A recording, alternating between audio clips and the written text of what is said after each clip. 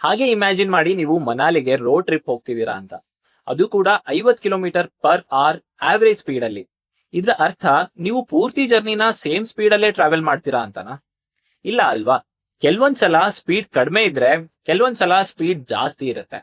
Average speed ನ total distance ಹಾಗೆ total time ಇಂದ ಕ್ಯಾಲ್ಕುಲೇಟ್ ಮಾಡ್ತಾರೆ. ಇದೇ ತರ CAGR ಕೂಡ ನಿಮ್ಮ ಇನ್ವೆಸ್ಟ್ಮೆಂಟ್ಸ್ ನ average rate of returns.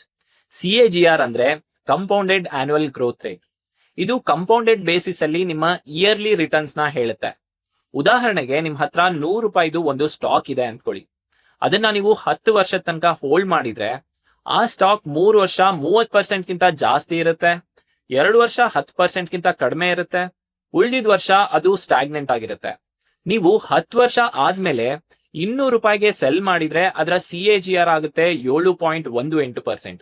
CAGR basically markets ನ ಅಪ್ ಅಂಡ್ ಡೌನ್ಸ್ ನ ಇಗ್ನೋರ್ ಮಾಡುತ್ತೆ.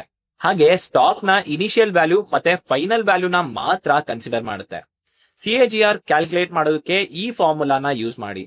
ಇದೇ ರೀತಿಯ ಹೆಚ್ಚಿನ ವಿಡಿಯೋಸ್ಗಾಗಿ ಫಾಲೋ ಮಾಡಿ. ಮುಂದಿನ ವಿಡಿಯೋದಲ್ಲಿ ಮತ್ತೆ ಸಿಗೋಣ.